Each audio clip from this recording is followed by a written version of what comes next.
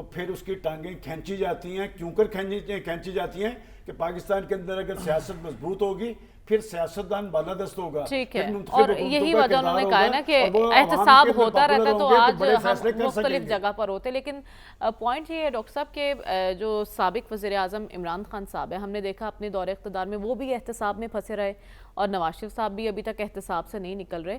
اگر آپ نے اسی ایک نقطے پر پھنسے رہنا ہے تو پھر آگے کیسے بڑھنا ہے؟ دیکھیے, آگے اس لیے نہیں بڑھ سکتے کہ آگے کی سوچ کسی کے پاس نہیں ہے. اپنا پرانا کہانی, اور کہانی بھی اپنا ورشن. دیکھیں نا, سیاست کے اندر مختلف نیریٹیوز ہوتے ہیں, مختلف واقعات کی انٹرپریٹیشنز ہوتی ہیں. اب نواز شریف صاحب نے اپنا ایک داستان سنائی ہے, اپنا رونا دھونا کیا ہے, اور اگر آپ کئی اور پرائم منسٹروں سے پوچھیں وہ بھی اپنا رونا دھونا کر لیتے ہیں. تو سوال یہ ہے کہ جب ہر پرائم منسٹر سے بری ہوتی ہے, چاہے وہ نواز شریف ہو اور دوسرے پرائم منسٹروں سے بھی کافی بری ہوئی ہے پاکستان کے اندر, تو سوال یہ ہے کہ یہ ان کے حالات کیوں بہتر نہیں ہوتے؟ اس لیے حالات بہتر نہیں ہوتے کہ یہ صرف اپنے نیرو فیلڈ سے آگے, اپنی ناک سے آگے دیکھ نہیں سکتے. اپنی داستان سنائیں گے لیکن وہ داستان نہیں سنائیں گے جس میں انہوں نے دوسرے وزیر اعظم سے بری کی ہوتی ہے. دیکھیں نا, سیاست دانوں کے سب سے بڑے دشمن سیاست دان ہیں. میں آپ کو ساری کہانیاں سنا سکتا ہوں نا. یہ کس کے دور میں سپریم کورٹ پہ حملہ ہوا تھا؟ تاریخ اس کا بھی تو ہمیں جواب دے نا. اچھا, تو پھر 1988 میں الیکشن ہوا تھا نا, تو اس میں یہ کس طرح وہ گیم کھیلی گئی؟ 1990 میں پیسہ تقسیم, IGI بنی, 1990 میں پیسہ تقسیم ہوا. کس طرح ہوا, کس نے کیا, کون ساتھ تھا؟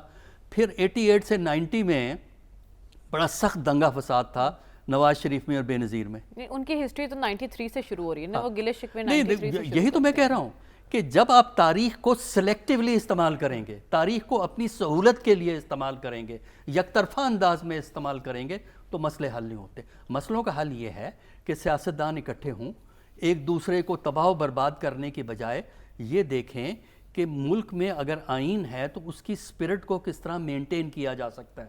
اگر انتخابات کروانے ہیں تو انتخابات کی جو اسپرٹ ہوتی ہے ڈیموکریٹک انتخابات کی, اس اسپرٹ کو کس طرح مینٹین کرنے کے لیے سابق پرائم منسٹر مل کے ایک راستہ بناتے ہیں. وہاں ہوتا یہ ہے کہ ایک پرائم منسٹر دوسرے کو شوٹ کر رہا ہوتا ہے, ڈاؤن کر رہا ہوتا ہے, لہٰذا وہ اپنی داستان سنائے گا.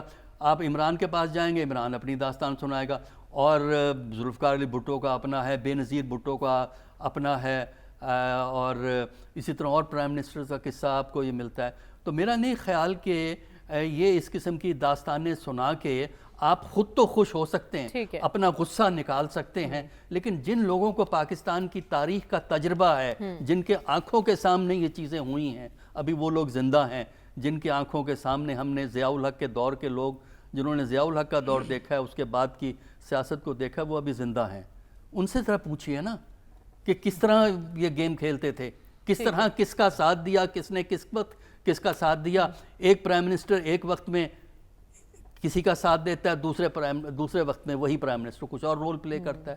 تو جب تک یہ سب مل کے اپنی غلطیوں کو ریکگنائز نہیں کریں گے, جب تک اپنی مظلومیت کا رونا رونے کی بجائے سب مل کے آئین اور انتخابات کی صحیح روح کو اس ملک میں قائم نہیں کریں گے, اس وقت تک ان کی داستانیں اسی طرح رونے دھونے سے ہی چلیں گے, کیونکہ مستقبل میں کچھ نہیں ہے. سفر پھر ایسے ہی جاری رہے گا. رسول بخش رئیس صاحب, ہم نے دیکھا ماضی قریب میں نون لیگ کا جو بیانیہ رہا ہے وہ اینٹی اسٹیبلشمنٹ رہا ہے, لیکن آج جو گفتگو کی سابق وزیر اعظم نے, ان کا ٹارگٹ سابق ججز تھے, ان کے احتساب کی وہ بات کر رہے ہیں. کیا لگتا ہے آہستہ آہستہ نواز شریف اپنے اصل اور پرانے موقف کی طرف واپس جائیں گے پارٹی صدارت سنبھالتے ہی؟ میرا خیال یہ ہے کہ یہ باتیں کرنا کہ عدلیہ نے مجھے نکالا ہے, پھر ہمیں یہ تو سوچنا پڑے گا کہ جس عدلیہ نے میاں صاحب کو نکالا تھا وہ آزاد عدلیہ تھی, اور اگر آزاد نہیں تھی تو اس کے پیچھے کون سے وہ عوامل تھے اور کون سی وہ طاقتیں تھیں جن سے وہ فیصلے لکھوا رہی تھیں. اور اگر معاملہ پاکستان میں عدلیہ کی آزادی کا ہے تو جو کچھ آج باتیں ہو رہی ہیں, جو لوگ اس وقت عدلیہ پر چڑھائی کر رہے ہیں ان کے بارے میں میاں صاحب کا کیا موقف ہے، ان کے بارے میں بھی تو بات کرنی چاہیے کہ کیا وہ لوگ جو عدلیہ کے اوپر اس وقت حملے کر رہے ہیں وہ درست ہیں یا وہ عدلیہ کے ججز درست ہیں جو یہ کہہ رہے ہیں کہ مداخلت ہو رہی ہے اور یہ معاملہ عدالت میں چل رہا ہے اور میاں صاحب پاکستان کے منجھے ہوئے پرانے اب سینئر ترین سیاستدان ہیں اور زرداری صاحب بھی وہ تو کوئی بات اس بارے میں نہیں کر رہے. معاملہ عدلیہ کا نہیں ہے، معاملہ اصل میں کہ طاقت کا مرکز کہاں پہ ہے، کہاں ہونا چاہیے اور اس کی بنیاد کیا ہونی چاہیے. پاکستان میں جو باتیں کر رہے ہیں، پاکستان میں ہر ایک کہانی کے 3 رخ ہوتے ہیں، دنیا میں تو 2 ہوتے ہیں، 3 رخ ہوتے ہیں. اور وہ جو اپنی باتیں کر رہے ہیں وہ اپنی باتیں کر رہے ہیں، لیکن پھر یہ سمجھنا چاہیے ہمیں ان کی باتوں سے کہ وہ کہنا کیا چاہتے ہیں، کرنا کیا چاہتے ہیں. ایسا لگ رہا ہے کہ میاں صاحب آگے کچھ دیکھ نہیں سکتے، آگے بڑھ نہیں سکتے، اور یہ ایسی باتیں کر کے اسے کیا حاصل. ان کو آج بات یہ کرنی چاہیے کہ آبادی بڑھ رہی ہے، ان کو بات یہ کرنی چاہیے عدلیہ آزاد ہونی چاہیے، ان کو بات یہ کرنی چاہیے کہ جن کے خلاف غلط سیاسی مقدمات ہیں وہ ختم ہونی چاہیے. ان کو بات یہ کرنی چاہیے کہ معیشت کو آگے ہم نے کیسے چلانا ہے. لوگ ٹیکس نہیں دیتے، ٹیکس کو کیسے ہمیں حاصل کرنا چاہیے. پاکستان میں ایک بات آج مجھے بہت اچھی لگی رانا ثناء اللہ صاحب کی. انہوں نے کہا کہ بہت اچھی بات کہی ہے. آج کل میرے خیال میں وہ اچھے سیاستدان پہلے بھی تھے لیکن اب وہ مدبر بننے کی کوشش کر رہے ہیں. بہت اچھی بات کی ہے انہوں نے کہ ہماری اسٹیبلشمنٹ کو، ہمارے سیاستدانوں کو، ہمارے حزب اختلاف کو، ہماری عدلیہ کو، ہم سب کو تبدیل ہونا ہوگا. اگر ہم تبدیل نہیں ہوتے پاکستان تبدیل نہیں ہوتا، اور اگر پاکستان تبدیل نہیں ہوتا تو آپ جو حالات اس وقت ہیں آنے والے حالات اس سے کہیں زیادہ برے ہوں گے. تو یہ ذمہ داری سب کی ہے. تو یہ ذمہ داری میاں صاحب سوال یہ کرنا چاہتا ہوں کہ جو آج کی پریس کانفرنس ہے اس کے تناظر میں میاں صاحب کیا کرنا چاہتے ہیں پاکستان کے ساتھ. وہ کچھ کہ لاہم عمل دیں، کوئی حکمت عملی دیں، کوئی آگے کی بات کریں اور یہ کریں کہ کیا وہ عوام کو اور ریاست کو، سیاستدانوں کو ایک دوسرے کے ساتھ جو جیلوں میں ہیں اور جیلوں کے باہر اقتدار میں ہیں، جو انتخابات ہوئے ان کے بارے میں وہ بات کر سکتے ہیں. درست ہوں دنیا کیا کہتی ہے. ٹھیک ہے، آپ کہہ رہے ہیں آج کی ان کی تقریر کے بعد یہ سوال جنم لے رہا ہے کہ آخر نواز شریف صاحب چاہتے کیا ہیں. صافی صاحب، ہم نے دیکھا جو تقریر سنی، نواز شریف صاحب کی سوچ تو بالکل نہیں بدلی ہے. اب وہ احتساب کی بات کر رہے ہیں، تو اس سوچ کے ساتھ پارٹی صدارت سنبھالنے والے کیا پارٹی سیاست پر بھی اثر انداز ہو سکتے ہیں؟ مریم، آپ نہیں چاہتے کہ اس ملک میں احتساب ہو. احتساب کا مطالبہ تو ہر پاکستان کے شہری کا ہے. ہم اس بات پہ تو متفق ہے کہ ہر ادارے میں احتساب کی ضرورت ہے. عوامی سطح پہ بھی احتساب ہونا چاہیے. ہم ٹیکس نہیں دیتے عوام بحیثیت عوام، ہم بجلی چوری کرتے ہیں، ہم میں سے بہت سارے لوگ، ہم بہت سارے جو ہے حکومت کے اور جو ایسی چیزیں ہیں یوٹیلیٹی بلز میں جہاں پہ ہمارا بس چلتا ہے وہاں پہ غلط کام تو ہوتا ہے. اور ادارہ جاتی طور پہ بھی کل بھی ہم ڈسکس کر رہے تھے کہ احتساب کی اشد ضرورت ہے. بات احتساب کی نہیں ہے اور احتساب پہ کوئی بھی اعتراض نہیں کر سکتا. ہاں، احتساب کی آڑ میں اگر انتقام لی جائے گی وہ بات غلط ہے. نواز شریف صاحب نے آج جو بات اپنے رہنماؤں کے سامنے کہی ہے، CWC کے سامنے کہی ہے، وہ تمام باتیں درست ہے. اس پہ ایک بات بھی غلط نہیں ہے. اگر اس پہ کوئی ایک بات غلط ہو تو یہ فاضل دوست بیٹھے ہیں میری تصحیح فرما دے کہ یہ بات انہوں نے غلط کہی ہو. ججوں کے بارے میں، اسٹیبلشمنٹ کے بارے میں، ثاقب نثار کے بارے میں، اعجاز الحسن کے بارے میں، بہت سارے اور جو انہوں نے باتیں کی، چودھری نثار کے بارے میں، بنی گالہ جانے کے بارے میں، ان سے مفاہمت کی باتیں کروانے کے حوالے سے اب جو ان کی باتیں ہوئی تھی، 2018 کے الیکشن کے بارے میں، ان کو نکالنے کے بارے میں جو انہوں نے باتیں کی، اس پہ کون سی بات غلط تھی؟ کوئی ایک بات کو آپ ڈینائی نہیں کر سکتی. لیکن یہ آدھا سچ ہے. ٹویسٹنگ اس پورے جو پورا ایپیسوڈ ہے آج کے، اس پہ نواز شریف صاحب نے آدھا سچ بولا ہے. جہاں پہ ان کو باتیں اپنے بارے میں اچھی لگی اور جہاں جہاں پہ ان کو لگا کہ اس سے ان کی پارٹی کا بیانیہ بن سکتا ہے، ان کی سیاست کی دکان چمک سکتی ہے، انہوں نے صرف ان نکات کو زیادہ اجاگر کیا مریم۔ اب آپ 93 92 کی بات کر رہی تھی، لیکن کیا ہی اچھا ہوتا کہ نواز شریف صاحب محمد خان جنیجو سے آغاز کرتے، کہ انہوں نے کیوں کر محمد خان جنیجو نے جو بولڈ فیصلے لیے کمزور وزیر اعظم ہوتے ہوئے، اور انہوں نے ضیاء الحق کا ساتھ دیا تھا اس وقت نواز شریف صاحب نے، انہوں نے کیوں ساتھ دیا تھا؟ اس کے بعد آئی جی آئی کے ابھی ڈاکٹر حسن عسکری صاحب ذکر فرما رہے تھے، آئی جی آئی بنانے کے حوالے سے بھی اعتراف کرتے کہ غلطی ہو گئی تھی۔ اس کے بعد اگر ہم زیادہ دور نہیں جاتے تو ثاقب نثار کے حوالے سے جو ان کا جو نقطہ اعتراض تھا وہ اپنی جگہ پہ درست آیا ہے، اعجاز الحسن صاحب کے مانیٹرنگ جج بننے کی جو کہانی تھی وہ اپنی جگہ پہ ٹھیک ہوگی، لیکن یہ جسٹس نسیم حسن شاہ کا بھی کچھ ہمیں بتاتے نا کہ اس وقت کیا ہوا تھا۔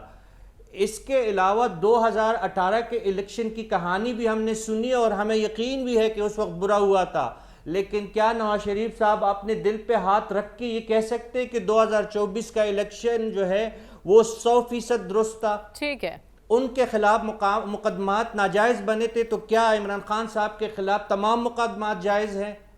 اگر یہ باتیں وہ آج کہتے ہیں، ٹھیک ہے، آپ کہہ رہے ہیں نواز شریف صاحب نے آج جو بھی باتیں کی ہیں وہ باتیں بڑی حد تک درست ہیں، لیکن وہ آدھا سچ تھا جو ان کی جانب سے کہا گیا۔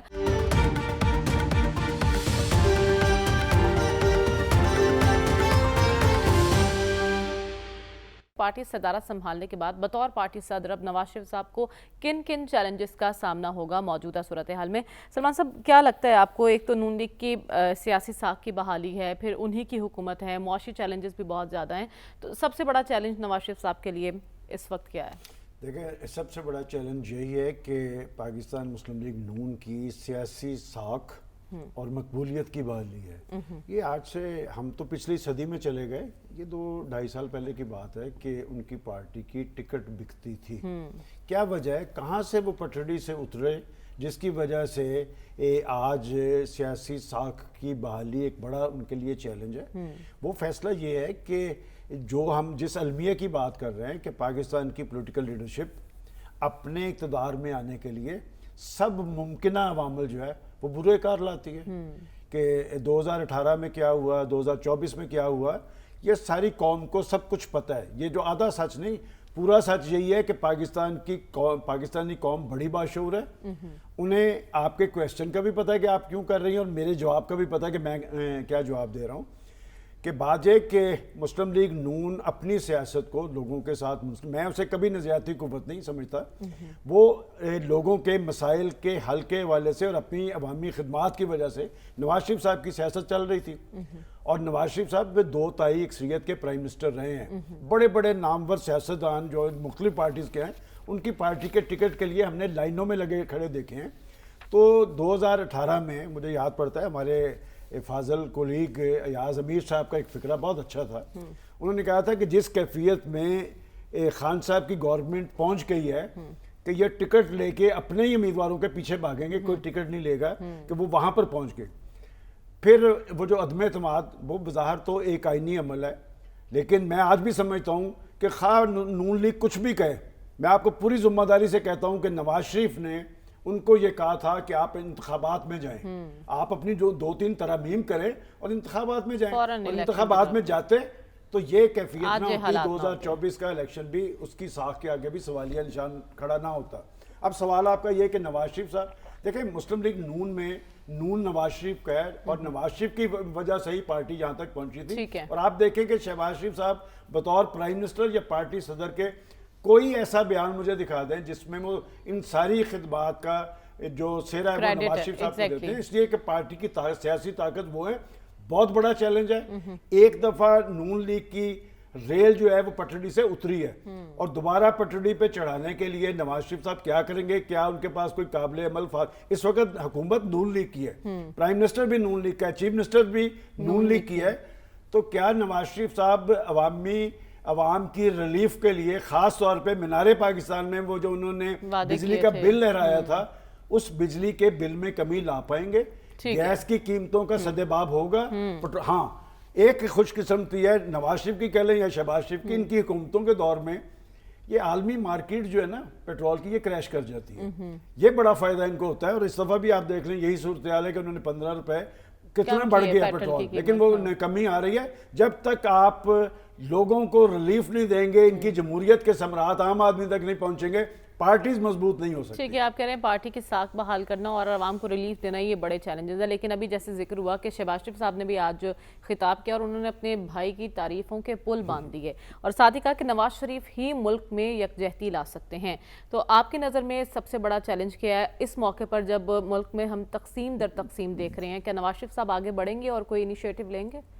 نواز شریف صاحب کے لیے 2 چیلنجز ہیں. پہلا چیلنج یہ ہے کہ وہ ماضی سے نکل کر مستقبل کی سوچیں. جو پاکستان کو آج کے جو مسائل ہیں اور جو مسائل آئندہ 5 سال میں آنے ہیں، ان مسائل کو کوئی اس کا حل تجویز کریں، کوئی راستہ بتائیں، کوئی گائیڈنس دیں اپنے تجربے کی بنیاد پہ جو انہیں ہے، وہ تب ہم مانیں گے. ہمیں پرانی داستانوں سے کچھ نہیں حاصل ہوا، نہ ہوگا، کیونکہ یہ کہانیاں رونا دھونا، ہر آپ کا اس ملک کا وزیر اعظم جو ہے نا بڑے فخر سے اپنی داستان نہیں سناتا، رونا دھونا سناتا. جتنے بھی وزیر اعظم ہمارے گزرے ہیں سب رونا دھونا کرتے ہیں بیٹھ کے، تو وہ بھی کر رہے ہیں. تو ایک تو یہ ہے. دوسرا ایک بڑی انٹرسٹنگ سچویشن ڈیولپ ہو رہی ہے پاکستان کی سیاست میں. عام طور پر جو پارٹی پاور میں ہوتی ہے، وہ جو لوگ پاور میں ہوتے ہیں وہی پارٹی کو کنٹرول کرتے ہیں. 90% کیسز میں یہی ہوا ہے پاکستان کے درمیان میں. کچھ وقفے ایسے ہیں جب پارٹی اور پارٹی ان پاور اور party as a party separate ہوتے تھے، بڑے کم واقعات ہیں. اب اگر اس میں PMLN میں یہ سچویشن ڈیولپ ہو رہی ہے کہ وزیر اعظم شہباز شریف ہوں گے، پنجاب میں بھی ان کی حکومت ہوگی، لیکن پارٹی ایک انڈیپینڈنٹ شخصیت کے ساتھ ہوگی، یعنی نواز شریف صاحب کے ساتھ ہوگی، جو گورنمنٹ سٹرکچر کا حصہ نہیں ہے. تو ہمیں دیکھنا یہ ہے کہ کیا ایز اے پارٹی وہ اپنی گورنمنٹ کی اصلاح کر سکیں گے یا گورنمنٹ جو ہے ان کو کنٹرول میں اپنے کنٹرول میں رکھے گی. تو پارٹی کا حکومت سے کیا ریلیشن شپ ہوگا. اور اس کے اندر یہ بھی ہے کہ جو لوگ اس حکومت سے ان کی پارٹی کے ہیں لیکن حکومت سے ایگری نہیں کرتے، ان کو ایک پلر مل جائے گا نواز شریف کے نام پہ کہ وہ وہاں جا کے اپنی شکایات درج کریں، وہاں جا کے اپنے ایشوز کو ریز کریں. تو ایک پارٹی کے اندر ایک پاور سینٹر، ایک new additional power centre emerge کر رہا ہے. تو دیکھنا یہ ہے کہ اس نئے پاور سینٹر کا جو لوگ پاور میں ہیں اس پارٹی کے پنجاب میں اور فیڈرل لیول پہ، وہ ریلیشن شپ کیا ہوگا، اور وہ ریلیشن شپ ڈٹرمن کرے گا اس پارٹی کا سیاسی مستقبل، PMLN کا سیاسی مستقبل کیا ہوگا. اور آخری جو بات یہ ہے کہ ان کو یہ جب تک یہ ایک بہتر گورننس کی مثال قائم نہیں کرتے کچھ کر لیں ڈسکریڈٹ ہوں گے. اگر آپ چاہتے ہیں کہ PTI کو لوگ بھول جائیں تو آپ ایک گورننس کا ایک اچھا ماڈل دیں جو عوامی فلاح کے لیے ہے، عوامی بہتری کے لیے. یہ جو تقریریں ہوتی ہیں نا ٹی وی کے اوپر ہمارے لیڈروں کی، یہ چیز سستی ہوگی، وہ سستی ہوگی. جب میں بازار جاتا ہوں چکن 150 روپے سستا ہو گیا، جب میں بازار جا کے خریدتا ہوں تو پتہ نہیں وہ کس دکان کا ذکر کیا ہے ہمارے پرائم منسٹر صاحبہ نے یا چیف منسٹر صاحبہ نے یا ان کے جو. حالانکہ آپ کی مارکیٹ بہتر ہے عام مارکیٹوں سے، عام مارکیٹوں سے کنٹرولڈ ہے، لیکن وہاں قیمتوں کا نان بھی 30 روپے کا ملتا ہے جہاں سے میں لیتا ہوں. ہاں، یہ آپ کو روٹی 16 میں نہیں مل رہی ڈاکٹر صاحب؟ پتہ نہیں ملتی ہوگی، وہ ایک مری ہوئی روٹی ہوتی ہے جس کو وہ 15 یا 16 میں بیچتے ہیں، لیکن روٹی اگر آپ نے لینی ہے تو وہ 15-16 میں صحیح معنوں میں نہیں آپ کو ملے گی. نان 30 سے کم اور 25 اور 30 کا نان جو ہے اس وقت آپ کو ملتا نظر. تو یہی تو ہے کہ آپ ایک ایسا نظام کریٹ کر دیں جس سے لوگ بھول جائیں، ماضی کو بھول جائیں، ماضی کی حکومتوں کو بھول جائیں. اور آپ جب تک ایک بہتر متبادل کریٹ نہیں کرتے، کوئی بھی گورنمنٹ، اس وقت PMLN کی حکومت ہے، کسی اور کی بھی حکومت ہوگی وہی فیل ہو لیکن جائے. آپ نے بڑا اہم پوائنٹ اٹھایا، دیکھنا یہ ہے کہ پارٹی اور جو گورنمنٹ ہے ان کا آپس میں ریلیشن کیسا ہوگا. رسول بخش رئیس صاحب، آپ کی نظر میں پارٹی کے صدر جو ہیں حکومتی کارکردگی کی بہتری میں کس حد تک کردار ادا کر سکتے ہیں؟ بنیادی کردار ادا کر سکتے ہیں اور میاں صاحب کو کرنا چاہیے. پہلی بات جو کرنی چاہیے وہ یہ ہے کہ جو لوگ کرپشن میں ملوث ہیں حکومت میں، ان کا احتساب کریں. اگر ان کا احتساب نہیں کریں گے تو آپ کی گورننس کبھی بہتر نہیں ہوگی. اور اسی طریقے سے آپ کی ریاستی ادارے حکومتی ادارے غیر فعال بھی رہیں گے اور ساتھ ساتھ زوال بھی اسی طرح کے طریقے سے ہوتا رہے گا اور معاشرے کے اندر تک اس کا زہر اثر کرتا رہے گا۔ تو ابھی پہلی بات جو ان کو کرنی چاہیے، جو ثابت کرنا چاہیے کہ یہ جو گندم جس طریقے سے منگوائی گئی ہے اور پنجاب میں اتنا بڑا بحران ہے کاشتکاروں کا، اس کے بارے میں میاں صاحب کیوں خاموش ہے؟ کہ اگر وہ ایک ایسے سیاستدان ہے جس کا جو پاکستان کی قوم کا، ملک کا، عوام کا درد رکھتے ہیں، تو اس درد کو بھی سمجھیں، اس کے جو ذمہ دار ہیں ان کو سزا ملنی چاہیے۔ نوکرشاہی میں ہر جگہ کے اوپر جہاں پہ حکومت میں کسی کے پاس کوئی اختیار ہے، اس وقت وہ اختیار کو بیچ رہا ہے اور لوگوں کا خون نچوڑ رہا ہے ہر سطح پہ۔ ایک بات یہ ہے۔ دوسری بات جو ان کو کرنی چاہیے وہ یہ ہے کہ جو بجلی کی چوری ہے، ٹیکس چوری ہے، اس کو تو کم از کم بند کرنا چاہیے۔ کیوں نہیں کر سکتی؟ ساری دنیا میں دکانیں، مارکیٹیں 8 بجے بند ہوتی ہیں، یہ 10 بجے نہیں بند کر سکتے؟ 8 بجے کیوں نہیں بند کرتے؟ کیا وجہ ہے؟ اور اس میں کوئی پیسہ لگتا ہے؟ آپ دن کو جائیں 10 بجے 11 بجے دکان ہی کوئی نہیں کھلتی۔ یہ کلچر پاکستان کا بن چکا ہے۔ شام کو ٹریفک رش ہوتا ہے ہر جگہ کے اوپر، یہ عام سی چیزیں ہیں۔ تیسری بات، جو پاکستان میں ہر جگہ پانی کا ضیاع ہے، ہمارے اپنے ذرائع کا ضیاع ہے، یہ ہندوستان کا نقشہ دیکھ لیں، بنگلہ دیش کا نقشہ دیکھ لیں، جنوبی ایشیا کے دیگر ممالک کا نقشہ دیکھیں گوگل کے اوپر، وہ جنگلات لگا رہے ہیں، ہم جنگلات کاٹ رہے ہیں۔ تو محکمہ جنگلات ہے پاکستان کا، کوئی نیشنل پارک ہے پاکستان کا، ان کے بارے دیکھیں۔ جب تک کہ ریاستی حکومتی ادارے فعال نہیں ہوں گے پاکستان آگے ترقی نہیں کر سکتا اور عوام کو ریلیف نہیں مل سکتی۔ یہ ریلیف نہیں ہوتی کہ بجلی کی قیمت کر دی، کم کر دی، زیادہ کر دی، پیٹرول کی، یہ ریلیف نہیں ہے۔ ریلیف یہ ہے کہ انصاف ملے اور وسائل جو ہیں وہ صحیح طریقے سے استعمال ہوں۔ ٹھیک ہے، ہم یہی بات کر رہے ہیں کہ اس وقت سب سے بڑا امتحان کیا ہے نواز شریف صاحب کے لیے؟ صافی صاحب، آپ کو کیا لگتا ہے پارٹی صدر کی حیثیت سے کیا کر سکتے ہیں نواز شریف صاحب اور انہیں کیا کرنا چاہیے؟ جو فوری طور پر مریم صاحبہ جو نواز شریف صاحب کر سکتے تھے وہ تو انہوں نے کیا۔ قوم سے گلہ کیا، اپنے ووٹر سے گلہ کیا کہ جب مجھے نکالا گیا تو آپ لوگ کیوں نہیں نکلے۔ تو اس کا جواب تو بڑا سادہ سا ہے کہ جب آپ 2-3 دفعہ ملک سے نکلے مختلف اوقات میں، 2 دفعہ سعودی عرب اور 1 دفعہ لندن تشریف لے کے گئے، تو جی ہر پرائم منسٹر، لیکن آج جو ہے نواز شریف صاحب کچھ زیادہ ہی گلہ تھا اور انہوں نے اپنے ووٹر سے نہیں پوری قوم سے گلہ کیا اور قوم سے کہا کہ آپ کیوں نہیں نکلے۔ لیکن ہم یہ پوچھتے ہیں کہ آپ کیوں گئے؟ یہ اگر ہمیں بتا سکے تو پھر شاید یہ قوم بھی نواز شریف صاحب کو جواب دہ ہوتی اور یہ سوال کا جواب ان کو مل جاتا۔ لیکن جو آپ چیلنجز کی بات کر رہی ہے، دیکھیں حکومت ان کی ہے، مرکز میں ان کی حکومت ہے، ملک کے سب سے بڑے صوبے میں ان کی بیٹی کی حکومت ہے۔ اب یہ جو باقی مطالبات ہو رہے تھے، اگر ہم اس مفروضے پہ یقین کر لیں کہ نواز شریف صاحب کے ساتھ جو کچھ ہوا ہے آج تک، 2-3 دفعہ جو ان کو نکالا گیا ہے وہ عدلیہ نے نکالا ہے انہیں، 3 ججوں نے یا 4 ججوں نے، سابق ججوں نے انہیں نکالا ہے، تو پہلی فرصت پہ نواز شریف صاحب کو یہ کرنا چاہیے کہ اپنے بھائی کو وہ کہیں اور اپنے دیرینہ سیاسی حریف جناب آصف علی زرداری صاحب کو وہ کہیں کہ عدالتی اصلاحات لائیں اور عدالت یہاں سے آغاز کرے۔ چلے جہاں سے زیادہ گلہ ہے وہاں سے کام شروع کیا جائے، کچھ تو کیا جائے۔ فوری طور پر تو آپ مہنگائی نہیں لا سکتے۔ ڈاکٹر صاحب کو تو روٹی نہیں مل رہی 25 روپے کی، 16 نان 25 کا نہیں مل رہا اور 16 روپے کی روٹی بھی نہیں مل رہی، وہ کام بھی تو نہیں ہو رہا، مہنگائی تو کم نہیں ہو رہی، بے روزگاری بھی کم نہیں ہو رہی۔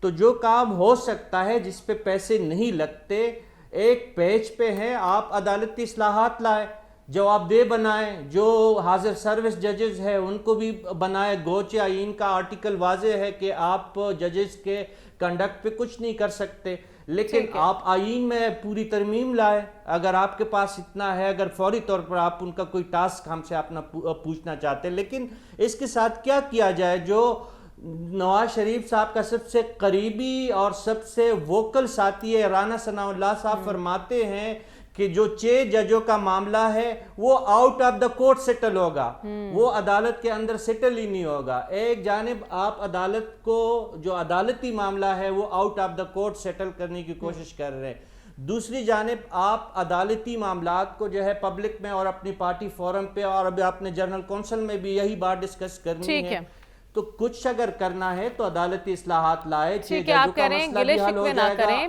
کام کریں، کیونکہ آپ کے بڑے بھائی کی آپ کے چھوٹے بھائی کی حکومت ہے وفاق میں اور آپ کی بیٹی کی حکومت پنجاب میں ہے، تو اگر کچھ کرنا ہے تو پھر کام کر کے دکھائیں۔ ہمیں پروگرام میں آگے بڑھنا ہے اور بات کرنی ہے جو معاملہ ہوا ہے کرگستان کے دارالحکومت بشکیک میں پاکستانی طلبہ پر حملہ، یہ کہانی کیا ہے، اس پر بات ہوگی اس بریک کے بعد۔ اسٹے ود اس۔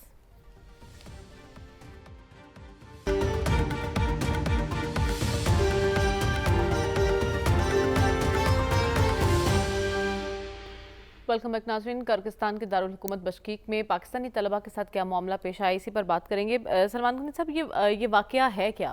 دیکھیں، یہ 13 مئی کو یہ وہاں کا ایک اوباش لوگوں کا ایک گروہ ہے جنہوں نے جا کے مصری اور اردنی طلبہ کے ہاسٹل پہ وہاں جا کے ان کی لڑکیوں کے ساتھ چھیڑخانی کی، اچھا، اور انہوں نے پہلے ان کو روکا، بعد ازاں انہوں نے ان کو مارا، اور وہ ویڈیو جو ہے وہ پبلک ہو گئی، جس سے وہ ایک کشیدگی کی صورتحال تھی۔ مسئلہ ان کا تھا، یہ مصری اور اردنی طلبہ کا تھا، پاکستانی طلبہ بھی پھنس کے وہاں پر، چونکہ پاکستانی طلبہ بہت بڑی تعداد میں موجود ہیں۔ البتہ گورنمنٹ ابھی تک جو اقدامات کر رہی ہے میں سمجھتا ہوں درست ہے، مزید اقدامات کرنے کی ضرورت ہے۔ ابھی امیر مقام صاحب کو بھی بھیجا جا رہا ہے، شباشر صاحب نے ہدایت کی ہے۔ ڈاکٹر صاحب، ہماری حکومت کو کیا کرنا چاہیے اس وقت جو ہمارے طلبہ پھنسے ہوئے ہیں؟ فی الحال تو خیر بہت سے طلبہ واپس آ رہے ہیں ہمارے، اور واپس آ جانا چاہیے ان کو۔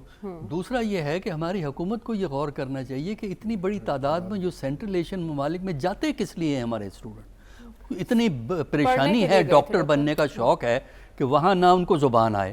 دیکھیں، ان ملکوں میں اپنی زبان ہے یا رشین ہے، نہ ان کو رشین آئے نہ ان کو وہ زبان آئے، وہاں وہ ٹھیک ہے، وہ ان کو ڈگریاں شگریاں مل جاتی ہیں لیکن ان کی حیثیت کچھ نہیں ہوتی۔ میرے نزدیک پاکستان حکومت کو یہ ریگولیٹ کرنا چاہیے کہ سینٹرل ایشیا میں جو اسٹوڈنٹ جاتا ہے اس کی کیپیبلٹی کیا ہے، کیا وہاں وہ پڑھ سکتا ہے کہ نہیں پڑھ سکتا۔ رسول بخش صاحب، کیا لگتا ہے آپ کو حکومت پاکستان نے اس معاملے میں اپنی ذمہ داریاں پوری کی ہیں؟ میرے خیال میں کی ہے کہ بیانات بھی سب آئے ہیں اور وزیر صاحب کو بھی بھیج رہے ہیں وہاں پہ، ہمارے سفارتکار بھی وہاں پہ متحرک ہیں۔ یہ ریاستیں کمزور ریاستیں ہیں اور یہاں پہ جس قسم کا نظام ہے وہاں پہ انصاف ملنا بالکل مشکل ہے، تو اس وقت طلباء کی جان بچانی چاہیے، ان کو جتنا واپس لا سکتے ہیں اپلائیں، باقی باتیں بعد میں ہوتی رہیں گی۔ ٹھیک ہے، لیکن ایک اہم پوائنٹ یہ بھی ہے صاحب کہ کیا کرگستان میں بھی حکومتی ریٹ کا کوئی مسئلہ ہے؟ آپ تو وزٹ کرتے رہتے ہیں مختلف ممالک، یہاں پر کیا صورتحال ہے؟ دیکھیے، کرگستان میں تو سیاسی طور پہ بے چینی موجود تھی اور وہاں پہ اس قسم کے واقعات اور بلوے ہوتے رہتے ہیں، لیکن یہ انتہائی افسوسناک واقعہ ہوا ہے۔ 10,000 کے لگ بھگ پاکستانی اسٹوڈنٹ اور 16,000 کے لگ بھگ انڈین اسٹوڈنٹ ہے۔